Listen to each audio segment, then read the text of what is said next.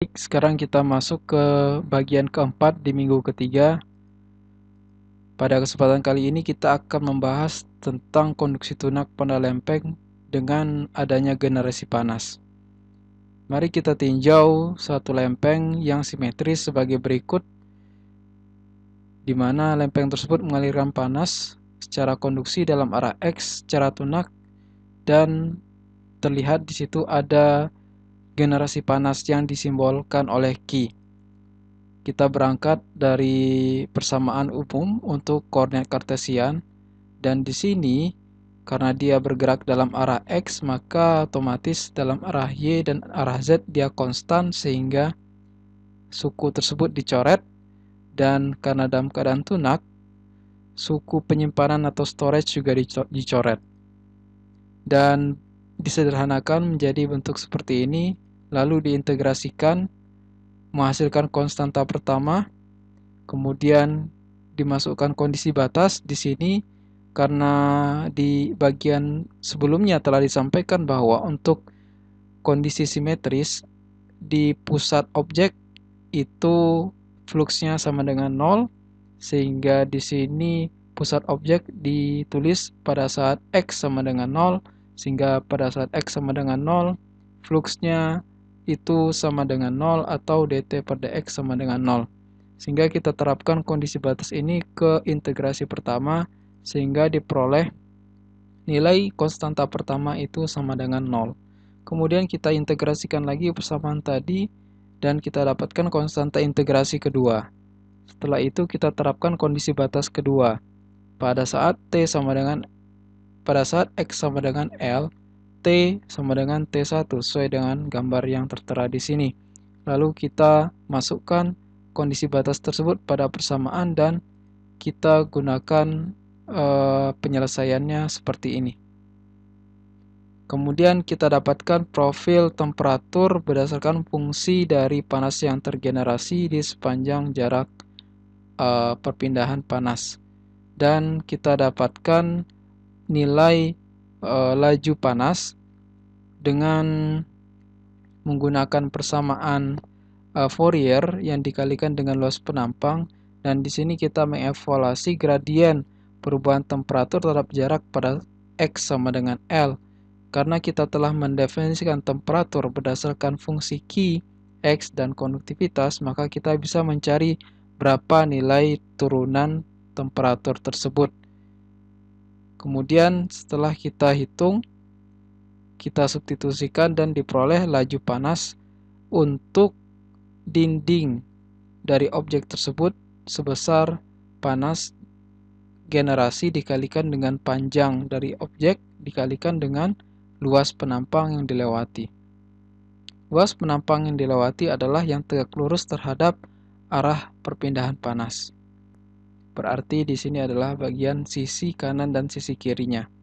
Baik, kemudian kita lihat pada contoh pengomposan, di mana pengomposan itu terjadi generasi panas akibat proses biologis mikroorganisme pengompos.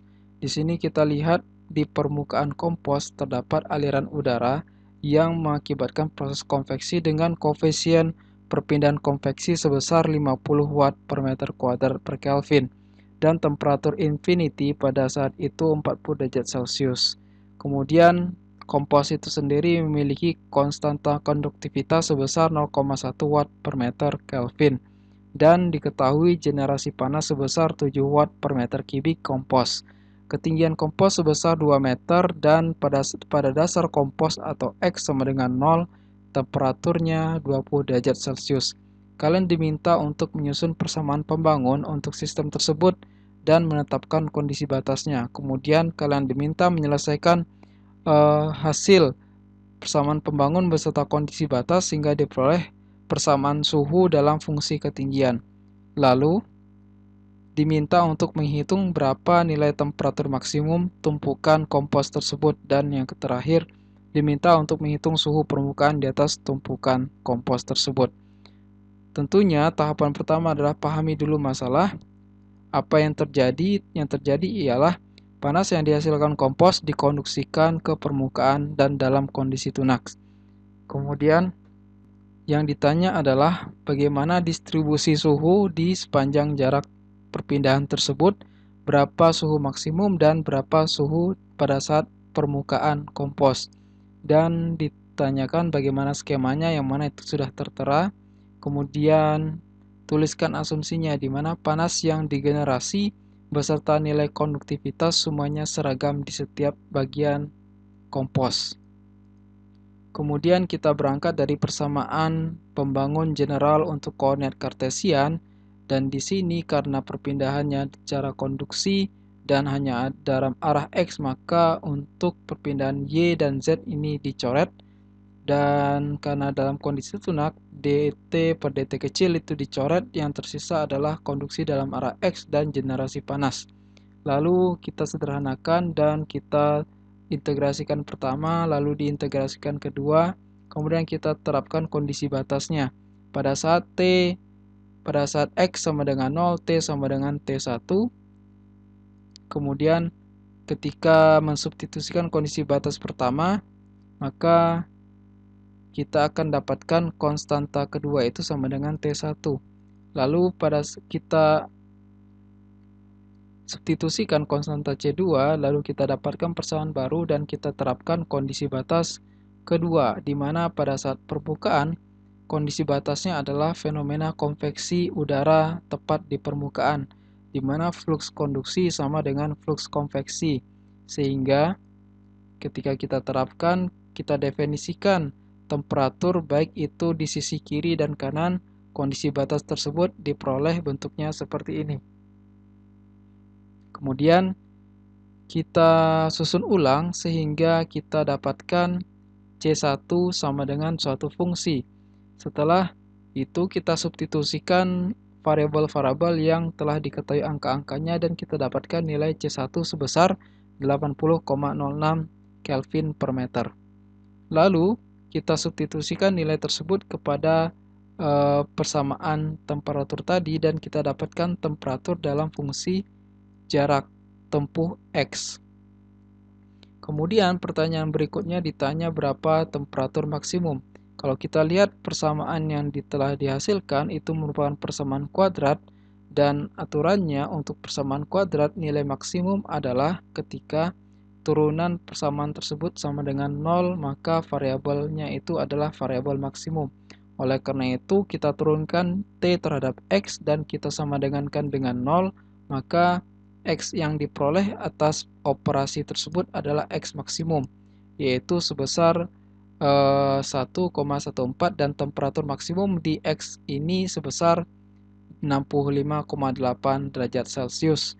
Dan ketika ditanya pada saat permukaan kompos berapa temperaturnya, tinggal kita substitusikan nilai X itu sama dengan 2 dan kita dapatkan temperaturnya sebesar 40,1 derajat Celcius. Dan hasil perhitungan ini rasional dan relevan karena temperatur pada saat di bawah atau berada pada dalam kompos itu lebih tinggi dibandingkan pada permukaan karena memang sumber panas tersebut berada di dalam kompos. Baik, untuk kasus berikutnya yaitu perpindahan panas secara tunak pada permukaan yang diperluas atau sirip. Ya, jadi fungsi sirip di objek ini adalah memperluas permukaan. Kasusnya berangkat dari proses konveksi. Ketika disuguhkan persamaan konveksi yang mana itu hasil kali koefisien konveksi kali luas penampang dan kali perbedaan temperatur antara yang panas dengan yang dingin, maka bagaimana caranya agar flux panas atau laju panas tersebut meningkat? Ada 3 cara. Yang pertama adalah memperbesar nilai koefisien konveksi, yang kedua adalah menurunkan temperatur infinity, dan yang ketiga adalah memperluas area objek.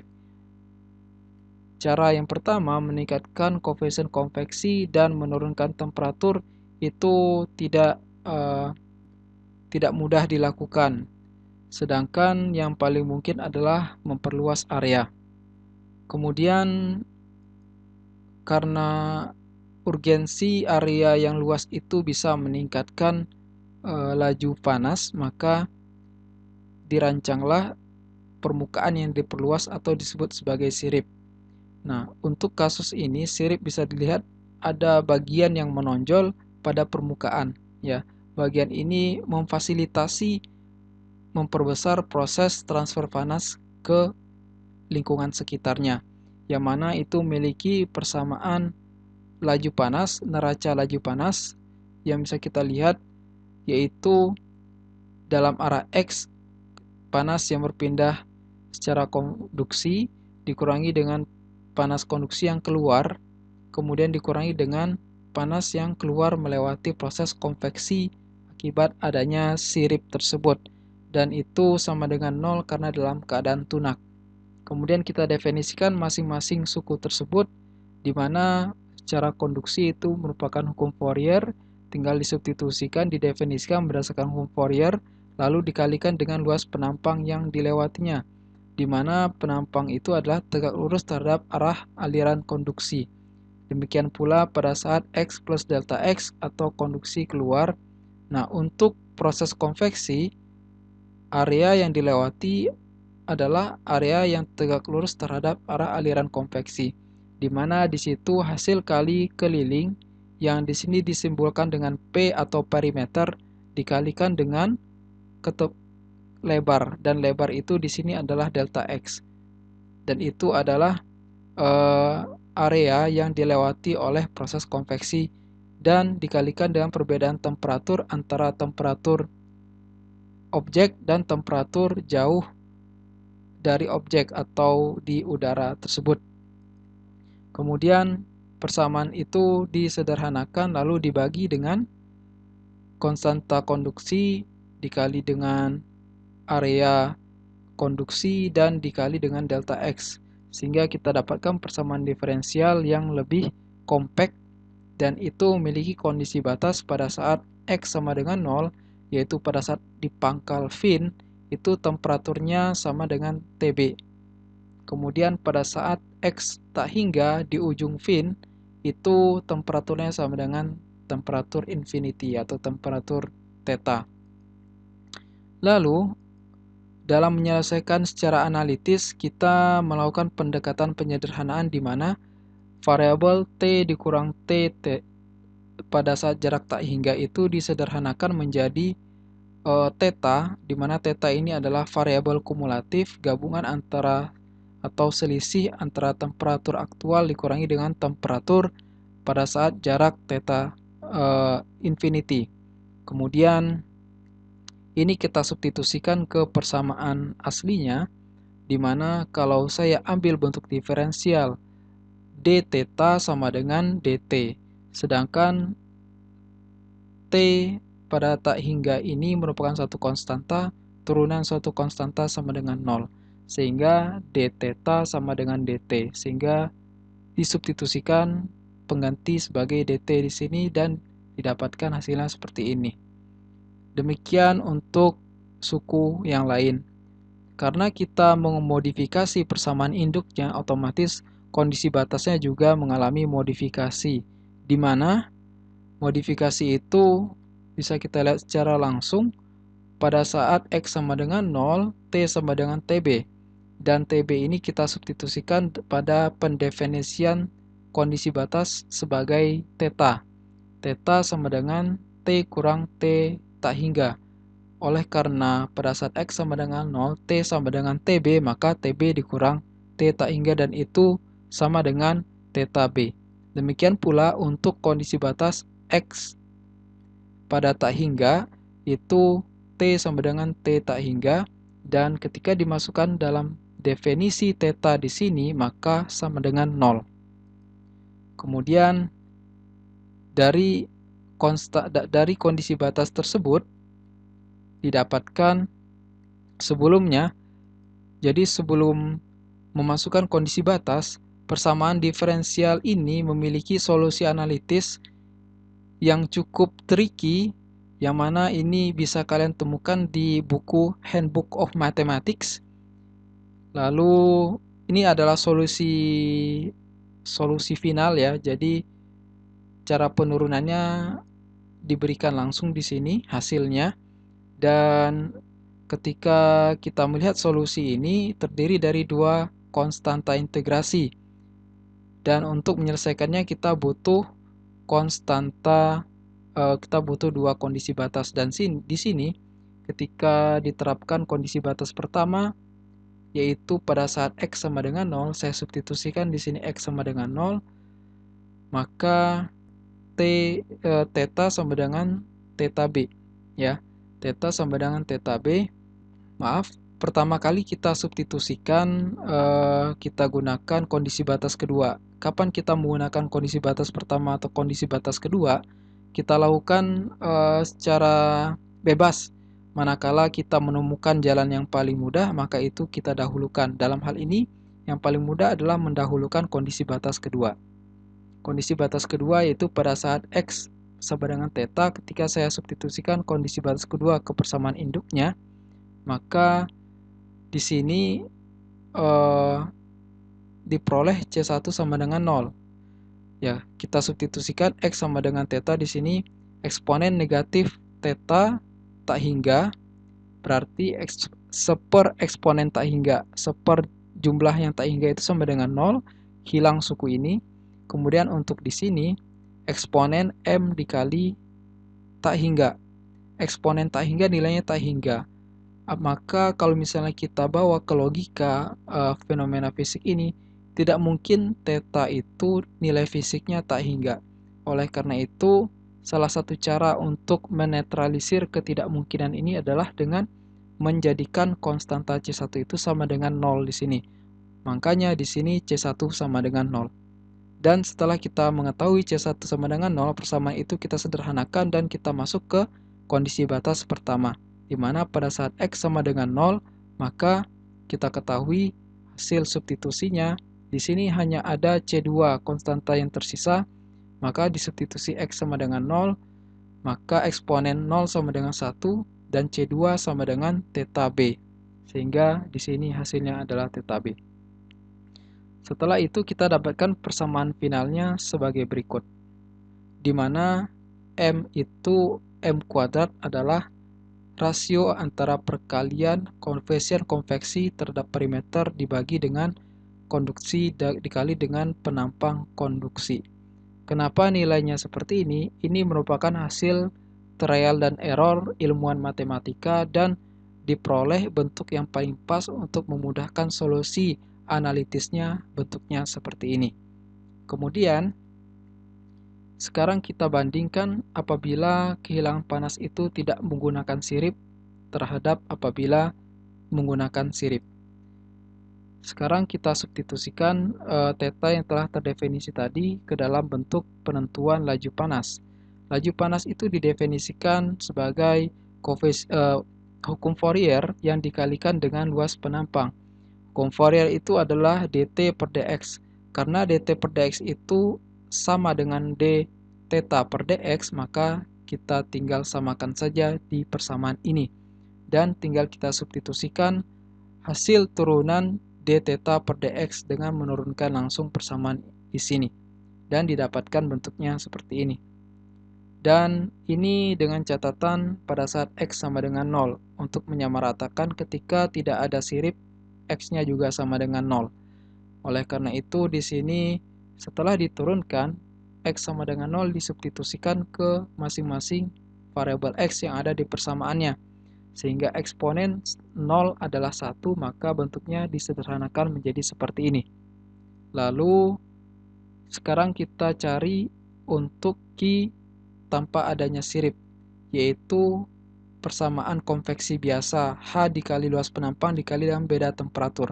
Karena beda temperatur itu merupakan theta yang telah kita sepakati di awal, merupakan gabungan dari temperatur dikurangi dengan temperatur pada saat jarak itu sama dengan tak hingga, maka bentuknya menjadi seperti ini. Dan di sini kita bandingkan efektivitas antara adanya sirip dan tanpa adanya sirip, dan perbandingannya adalah seperti ini. Jadi kapan sirip itu menjadi sangat efektif? Di sini kita lihat ada variabel tambahan yaitu perimeter. Ketika nilai perimeternya itu diperbesar atau keliling siripnya itu diperbesar, maka keberadaan sirip sangat signifikan untuk memperbesar laju panas yang dipindahkan dibandingkan dengan tanpa adanya sirip. Bisa kita lihat analogi di alam sebagai berikut, yaitu gajah Afrika yang tinggal di cuaca yang panas itu memiliki telinga yang lebih lebar. Para ahli meneliti bahwa fungsi telinga tersebut adalah untuk memfasilitasi laju panas yang lebih besar untuk mengurangi kepanasan pada tubuh gajah tersebut dibandingkan dengan gajah Asia yang tinggal pada cuaca yang lebih ringan. Morfologi gajah itu difasilitasi oleh telinga yang lebih kecil karena tidak perlu mengemisikan atau mendisipasikan panas yang berlebih akibat cuaca yang tidak terlalu ekstrim. Baik, sampai di sini segmen keempat di minggu ketiga. Untuk pemahaman lebih lanjut, silahkan dipelajari lagi videonya dan dibaca bukunya dan dikerjakan soal yang ada di LMS. Sekian dan sampai jumpa di pertemuan berikutnya.